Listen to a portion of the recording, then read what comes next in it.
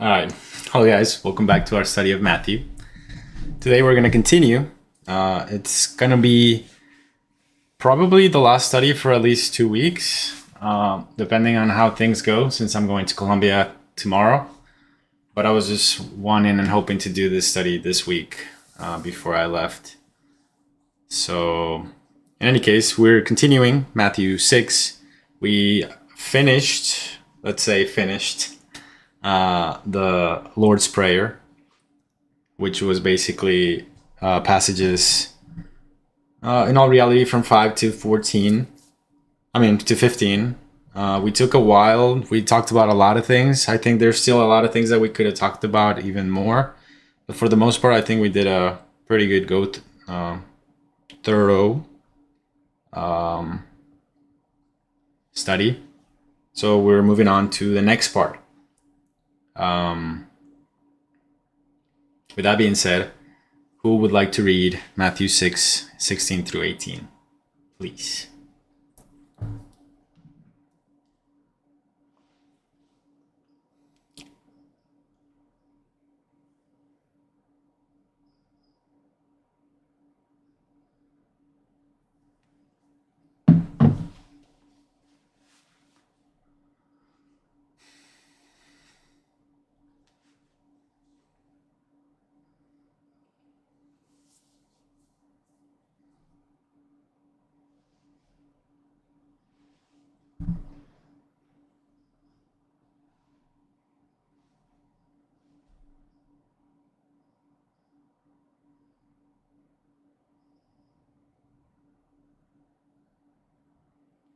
All right, thank you. And if you guys don't mind, I'm gonna start the prayer for this study. All right. Lord, thank you for this opportunity, for the time to be able to gather together in your name, to be able to be reminded of your word and to know what it is your expectations of us. Firstly, for us to have faith in you and also to listen to your word and to act on it, to not just be spectators, but also to be people that do the action. To know that we're not just watching a game, but that we are players within this, and our decisions, our choices make a difference when it comes to our life and the life of others. So help us to be reminded of that and to be able to make better choices for tomorrow and for every single day. I put this time in your hands. Help us to focus on your word and to be able to be reminded once again why you are greater than anything in this world. And only you are fair and just. You're not like us. You are from above, we're from below. But we want to be able to know and live the way that you lived. In the name of Jesus, and amen and amen. All right. So, when did we start the Sermon on the Mount? Was it a year ago?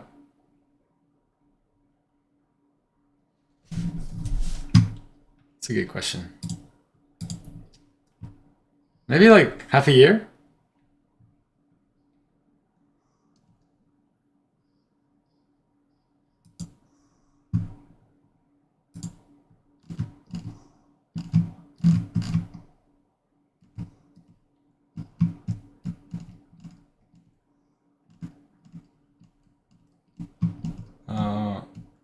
Oh, I got it. It was 7 months ago.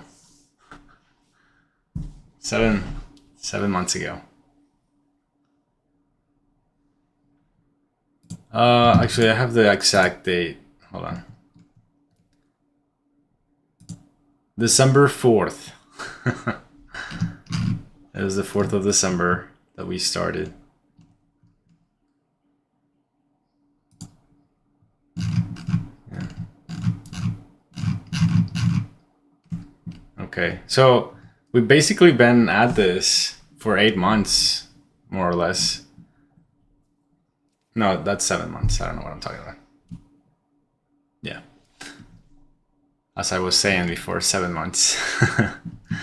And this has been, we have to remind ourselves, I think that's important when it comes to like a Bible study and talking about context and passages, that this is one moment in time, right? This happened, let's say the speech was maybe an hour long, right?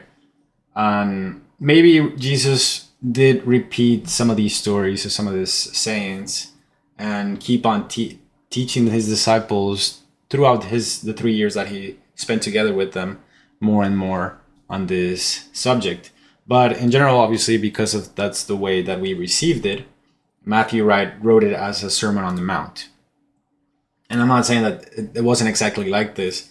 I'm just saying that I'm sure they got a reminder of what he said specifically during the sermon all throughout their 3 years together. But this is the start of his shaping of the disciples. And I think it's important for us to remind ourselves that, yeah, this was something that is helping us to understand what Jesus' expectations are, specifically for his disciples. But not saying that these things that he's going to speak to them are not going to reach other people, because as we clearly see, there's a multitude of people that are listening to these words, in spite of the fact that Jesus is more specifically trying to convey his message to those that are close to him. Does that make sense? Yeah, so as we continue, Jesus first talks about, how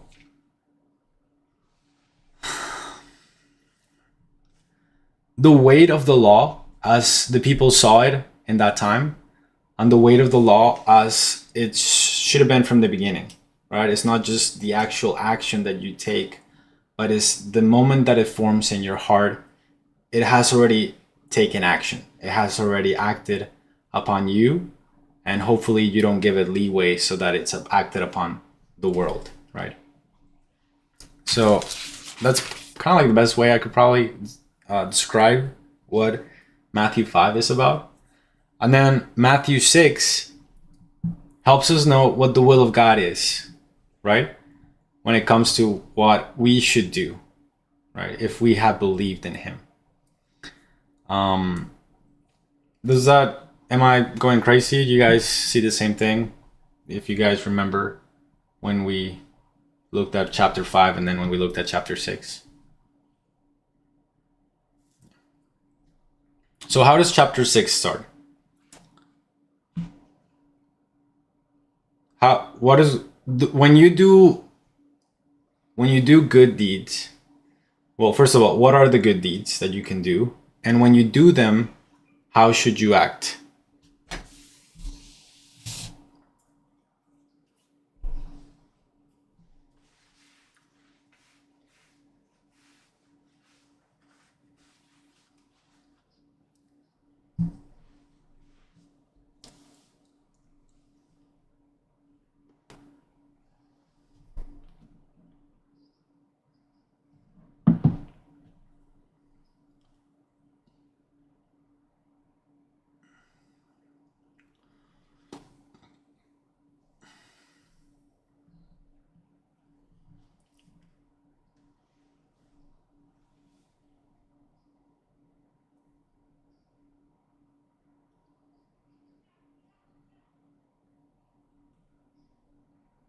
Right.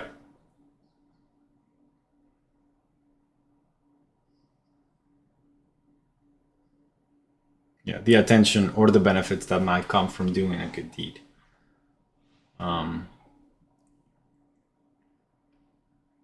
There's obviously like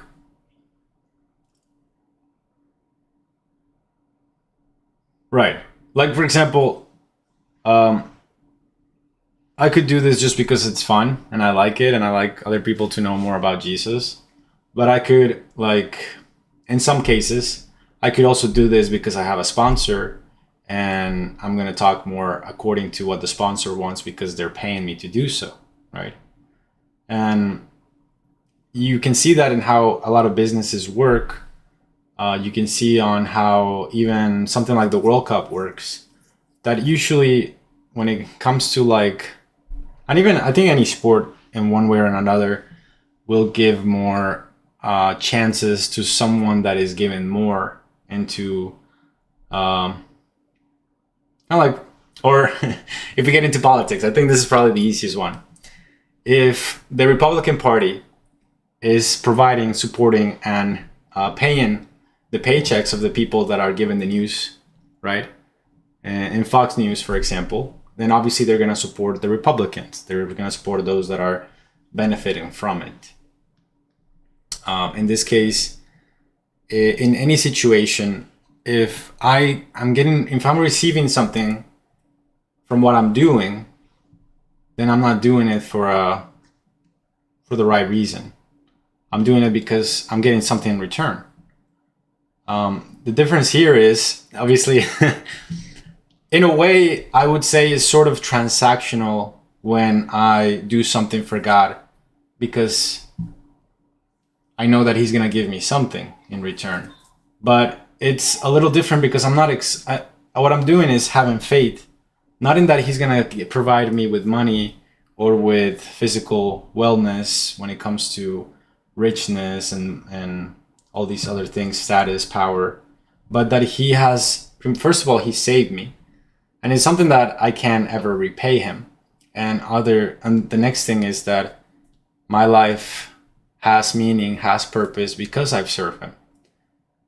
And therefore, I'm willing to do this for free, if you want to call it that, or I'm willing to do this because I feel like I owe Him something, even though I'm never going to repay Him.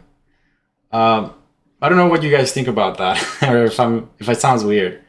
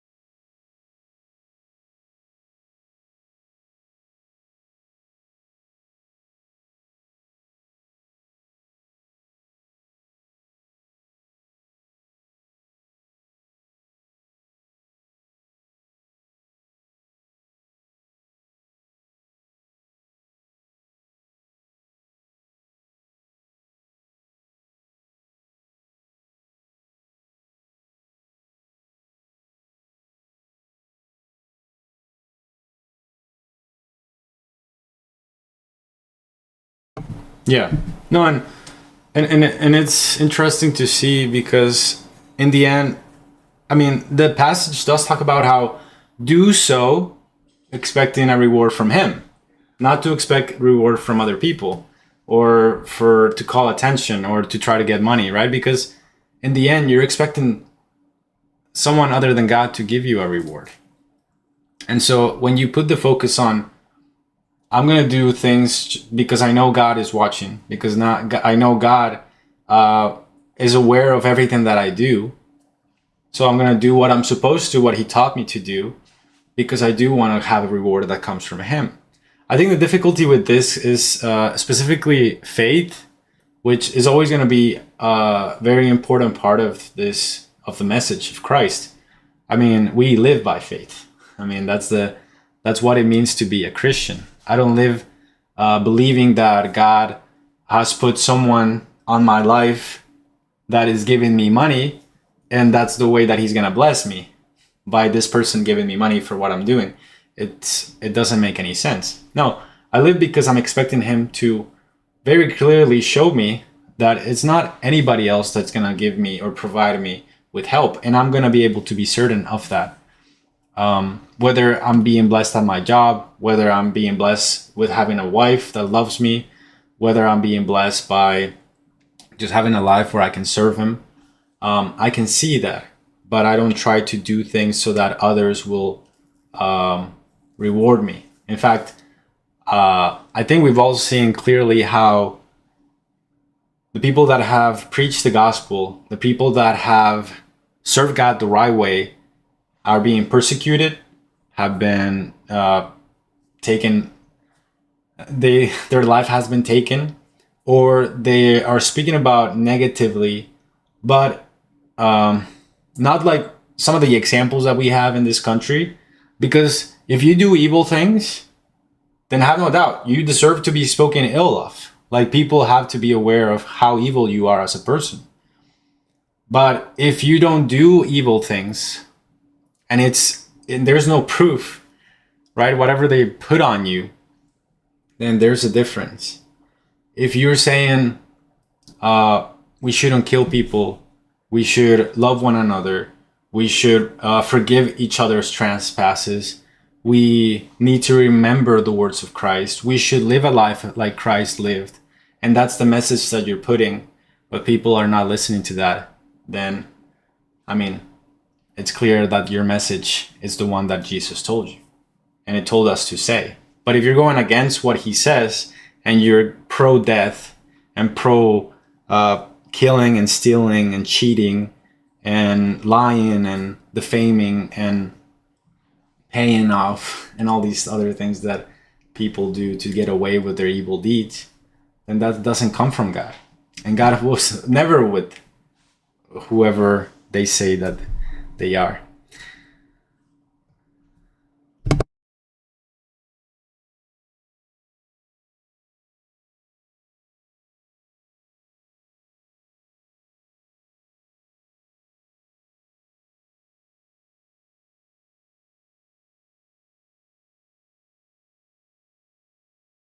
Sure. Yeah, sure. Go ahead.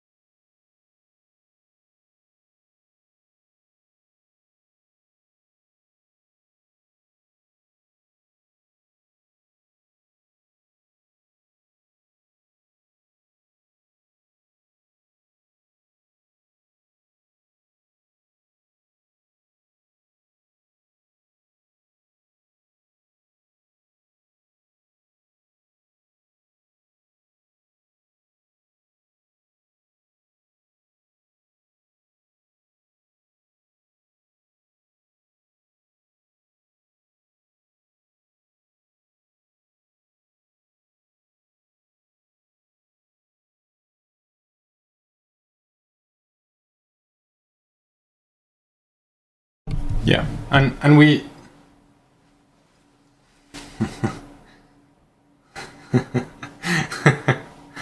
I mean, and people do forget that this life is it's not eternal. Like, we're just here for a moment. And so it's something that is once again showing that we believe in the promises of God, not to be enjoyed in this world, not to think that what I do will benefit me monetarily, but rather it will benefit me because it will fill me with life and it will fill those people with life as well. What I'm hoping is not for people to somehow find pleasure on the things of this world. In fact, I hope that you despise, and kind of like how Jesus put it, if you don't hate your father or your mother, if you don't hate your sister or your brother, then you're not worthy of me, right? And it's kind of like a message that comes kind of like out of left field. Jesus, what do you mean hate? What do you mean that I should love you more than them, right? And so when you put it into perspective, is this situation where you're not going to put them over God. You're not going to put them as more important than who God is, not more important than yourself either. God should always be the most important thing to you, because that's what the definition of God is. The one that should be worshipped, the one that should be adored, because he is good, because he is worthy of all these things. And I understand, like, and it's difficult to not make some of the examples that I would want to make with things that are physical, with things that are happening today, just so I don't step on anyone's toes. But in some situations, it's easier for people to understand that because it's not as it's not as, like, how would you call it? I'm not even good at making up these scenarios of this person is this and that, and yeah, exactly. It's not as clear, right? I'm trying to make an image out of nothing, but God has given us clear images of corruption all throughout our world. In every single different type of government that exists in this world, there's corruption. For example, right now, the World Cup is something that is very evident. You know, it's something that I enjoy, that I like to. But as I look more into it, and as I think people are able to see it very clearly, is a business, right? It's lucrative. They're not necessarily looking to for people to just have entertainment and have fun, but there is always someone pulling the strings from the shadows. And yeah. And so whatever is going to make them more money, that's what they want to happen. Whatever is going to allow them to make more money and to milk all the money they can from different people, then that's what they're going to do. So we always have to understand that's how the world works. That's how a business works. That's how the government works. And it's weird because the people that are in service of you, right? That's what the government should be. Service workers should be in service of the people. But in reality, they're being served by us. We are the ones that are giving them money for them to fly on jet planes, for them to have five-star hotels, for them to have good food, for them to go to Mar-a-Lago, for them to just, have a great old time.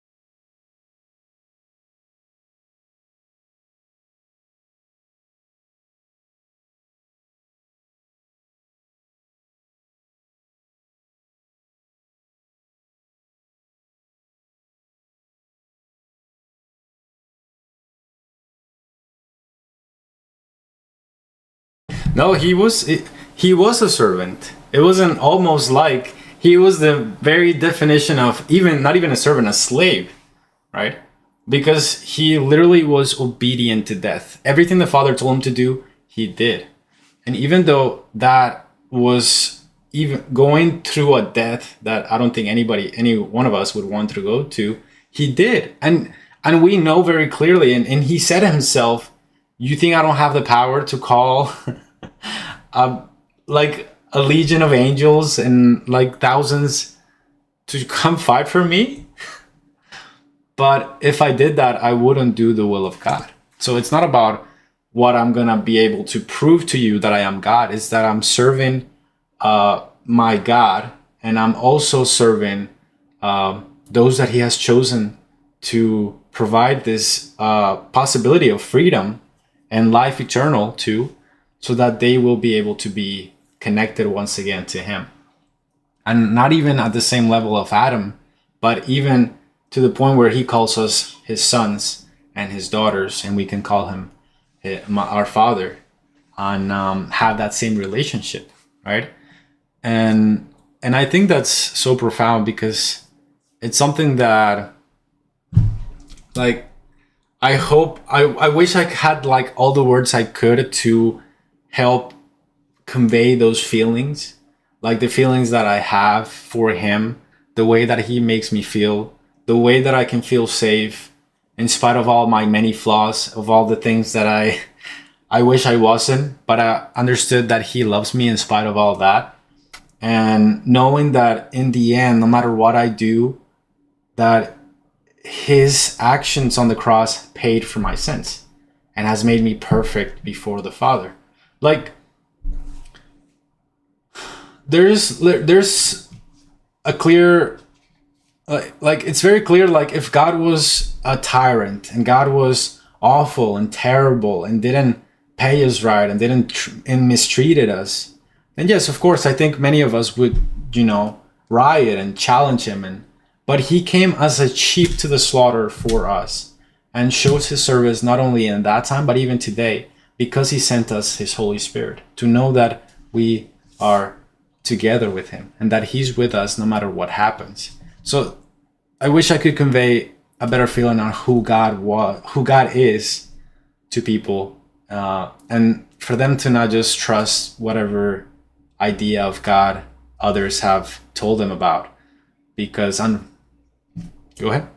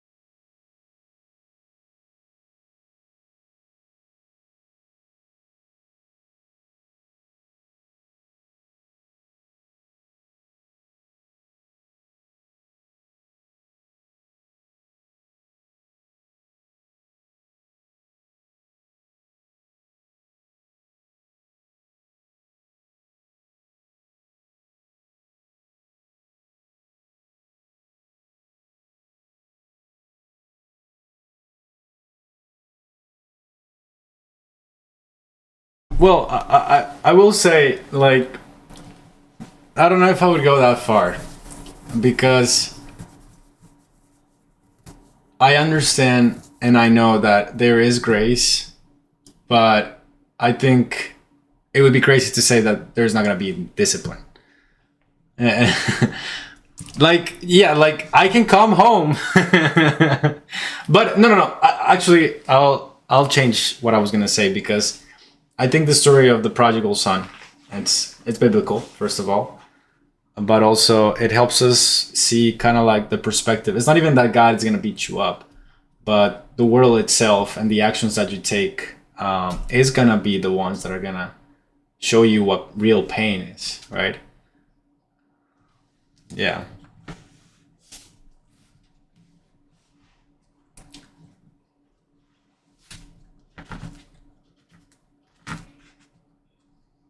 Correct.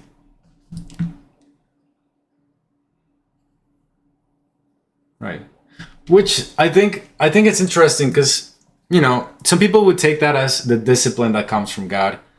Now, as we're talking about it, I'm actually like, my brain is the chemicals in my brain are changing.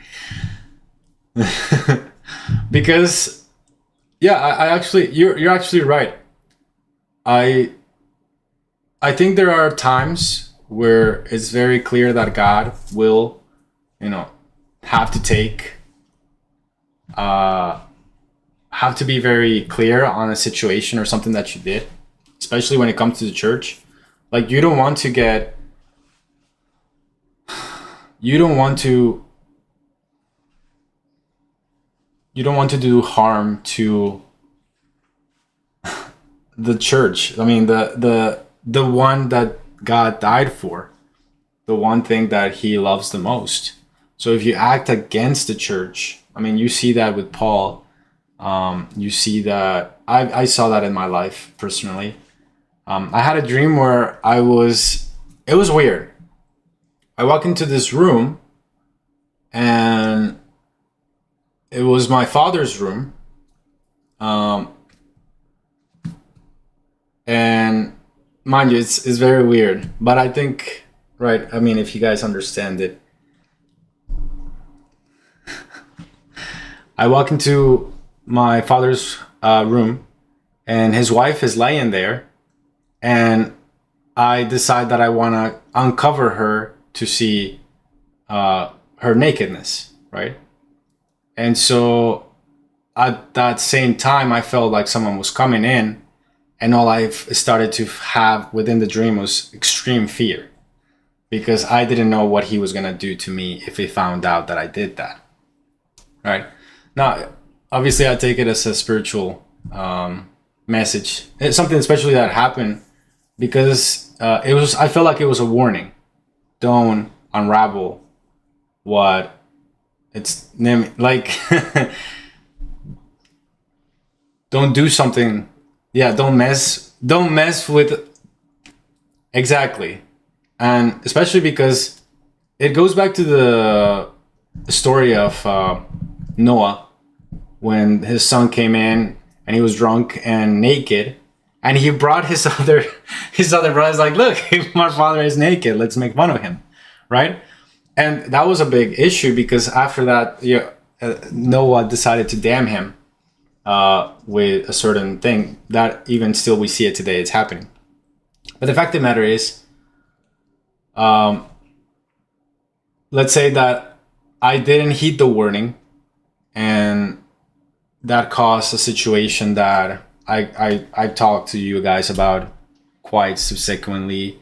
It was a clear discipline that came from God, but it was just a situation where I went out of my way to do something that I was already being warned not to do. But in this case, it's like, it's weird, and I think we completely changed the subject. This doesn't even have anything to do with what we're reading, but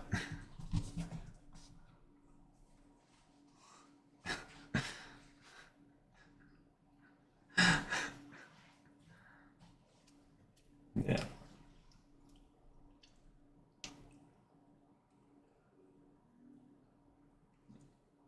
So let's say that theoretically I did uncover the nakedness of his church. Let's say I did do what I wasn't supposed to.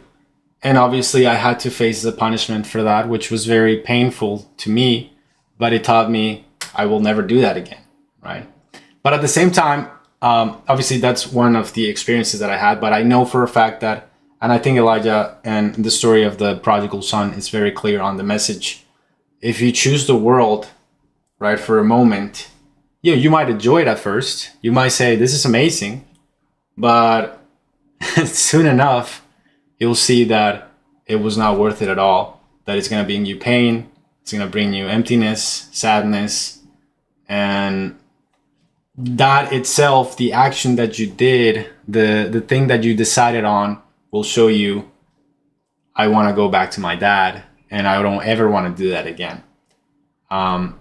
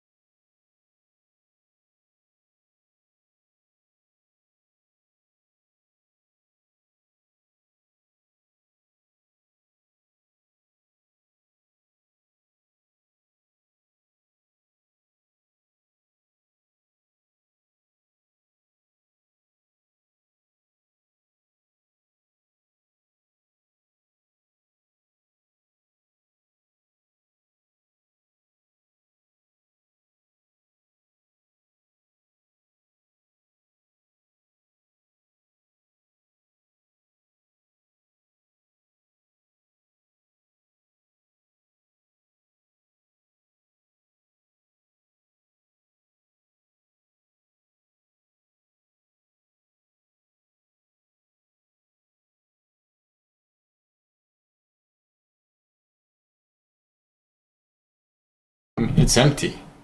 The one story that reminds me is Pinocchio. Pinocchio is such a good story to me because it's that same story, but obviously crafted in this child that's innocent, that doesn't know any better, that wants to see the real world. That he really thinks this is amazing. The circus, the lights, the things that are like kind of mesmerizing. But then when he goes and looks inward and see what it really is all about, how people are slaves, how he becomes a slave, and all these things, you're like, yeah, I mean, I want to go home. Where's my dad? Where's my dad? Because this sucks.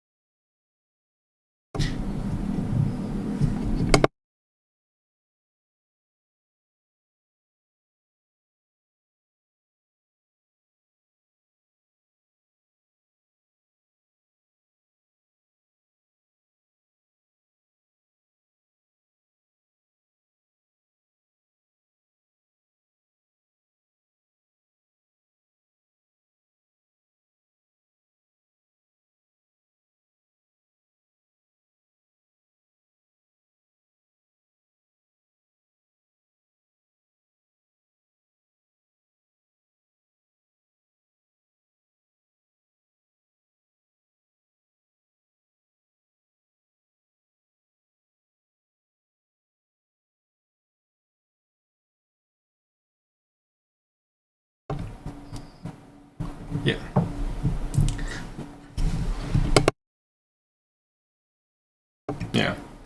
I mean, like, it's weird. It's weird for me because I would even say like, go try to follow it. Like, go try to do it. See how it ends up. Like, because in the end, like, I mean, don't listen to me, of course. Don't, because I might be acting like Satan here. Obviously, there's some things that you shouldn't ever do. There's some limits you should never pass. But in my perspective, it's kind of like, if you do choose to do that, but you fall on your face and you hurt yourself, you can always come back. And actually, you're gonna love God more after that happens. But if it's really something that has anchored itself into your heart, and you want to become a slave of it, and you let itself reign over you, and there goes your life, then never fall into it, right? I mean, I think God is always very clear, and He speaks to you personally. He's spoken to me personally on a specific thing, and He keeps on doing it almost every day. Like, son, this is what you want, this is what you're gonna get. Do you still want that? And at least you have to have that understanding of, I don't want that. I want you. In spite of everything within my body and within myself telling me otherwise, I want to hold on to you.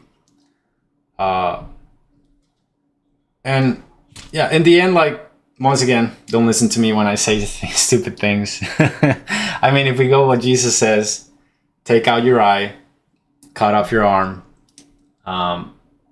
and, die to your desires, die to yourself.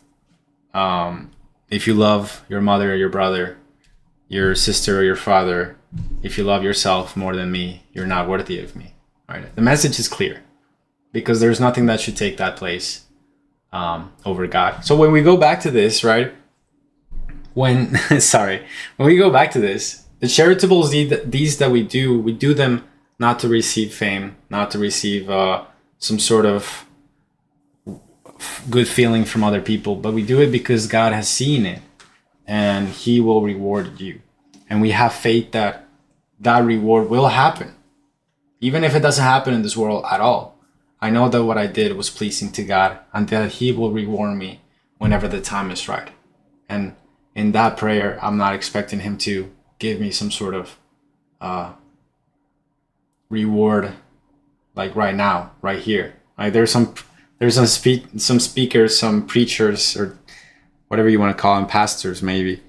But let's say, I want my gold here, not in heaven, right? And it's like, what are we doing? Is that really what you think? It's more important? But yeah, so this is kind of like the moment, I think, the chapter where Jesus really focused on, this is the will of God. And so He explains, do good to be seen by God. Do good to be rewarded by God. And and this is the way that you should pray.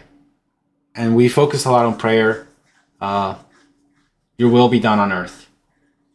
Help us, forgive us as we forgive others. And lead us not into temptation. Hallowed be your name. You're our Father. Yours is the kingdom and the power and the glory forever. Right? Very clear. So then we move into, once again, kind of like what we saw at the beginning of the chapter, but now this has to do with fasting, right? And I think it wasn't that bad that we took a lot of time to bring the concept, because this is pretty simple. What is fasting?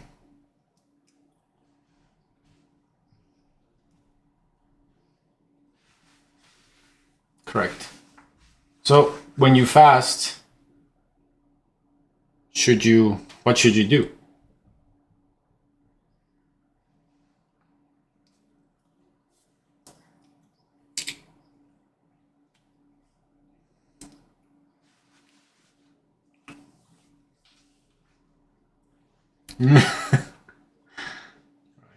Right.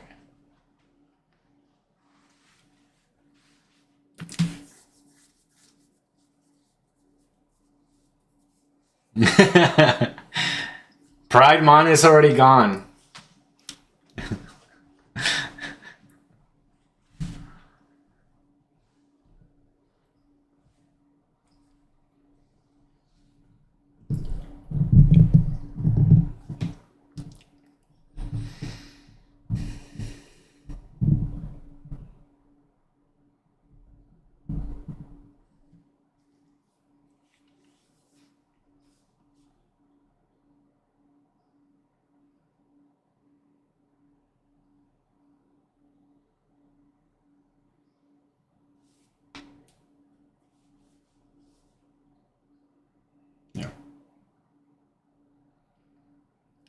Obviously, I don't want to, I know that's true, especially nowadays.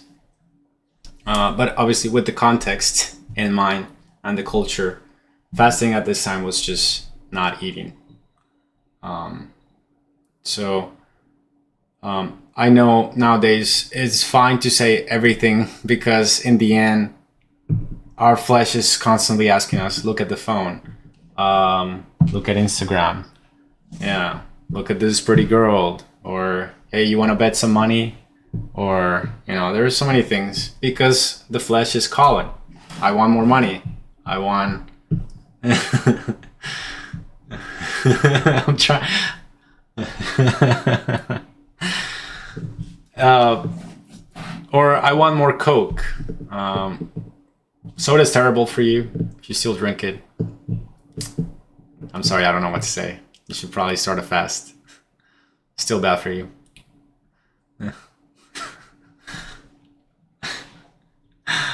You're good. Anyways, when you fast, do not be like the hypocrites. Once again, there's that word, hypocrite, an actor with a sad countenance, for they disfigure their faces that they may appear to men to be fasting. Right. It's also, I can remember when I first fasted for 7 days. Like I wasn't thinking about how I was going to glorify God with this. If I'm honest, I was thinking about I'm going to be able to say that I fasted for 40 days. That was the goal at first, and thankfully God shut it down pretty quick. But even then, I still pride myself in saying, "Hey, I fasted for 7 days one time. I just drank water." And so it's like, was it even worth it? Am I gonna get a reward for that? I'm not. But it's a moment of learning where I realize it's not about how you're gonna feel in regards to other people. Like I'm better than you because I fasted. I'm better than you because I did was able to suppress my flesh. I was able to be better than you, right? But always have the understanding I'm not better than anyone. But I fast to remind my body that God is in control and that He's the one that's going to provide. But if that's going to be a moment of challenge for me in my faith, then, do everything before God as if it was for God, whether it is working, whether it is studying, whether it is your friendships. Think that you are serving God in the things that you do. And in the same case, if you're fasting, if you're praying, if you're doing good deeds, do it because God has asked you to do it and in the way that He asked you to do it, not for any other reason. Because I say to you, they have their reward. But you, when you fast, anoint your head and wash your face, look healthy, so that you do not appear to men to be fasting, but to your Father who is in the secret place, and your Father who sees in secret will reward you openly once again, right? So I think it's pretty clear, right?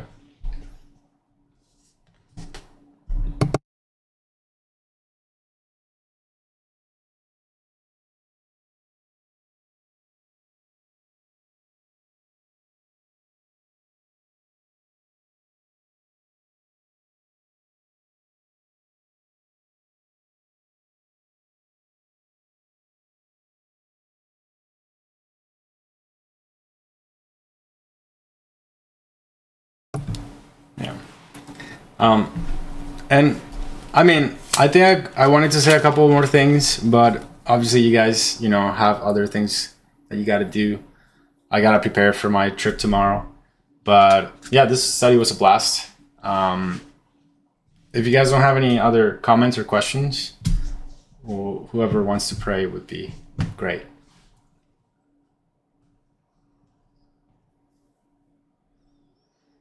All right, thank you.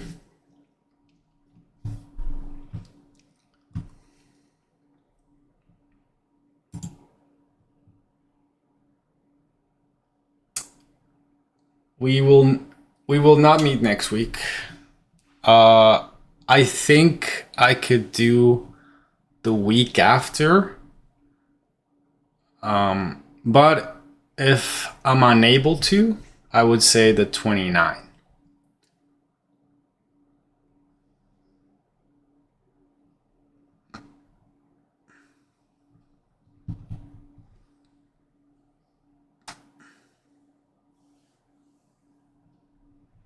Yeah.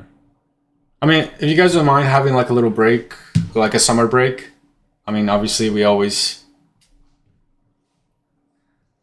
we could come back to 29. That sounds good to me.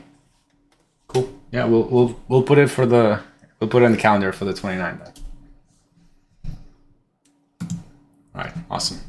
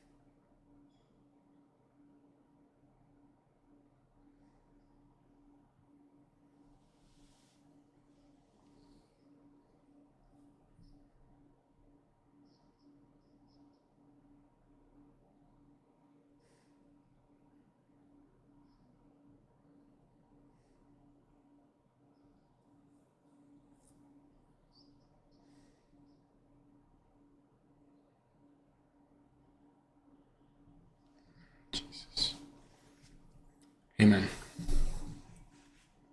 All right. Thank you. All right, guys. I'm gonna miss you both.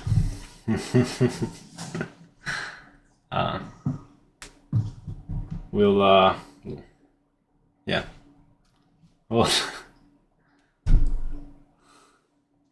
I don't know if Colombia passed. I don't know what happened at the end, but I guess I'll find out. Anyways, bye guys.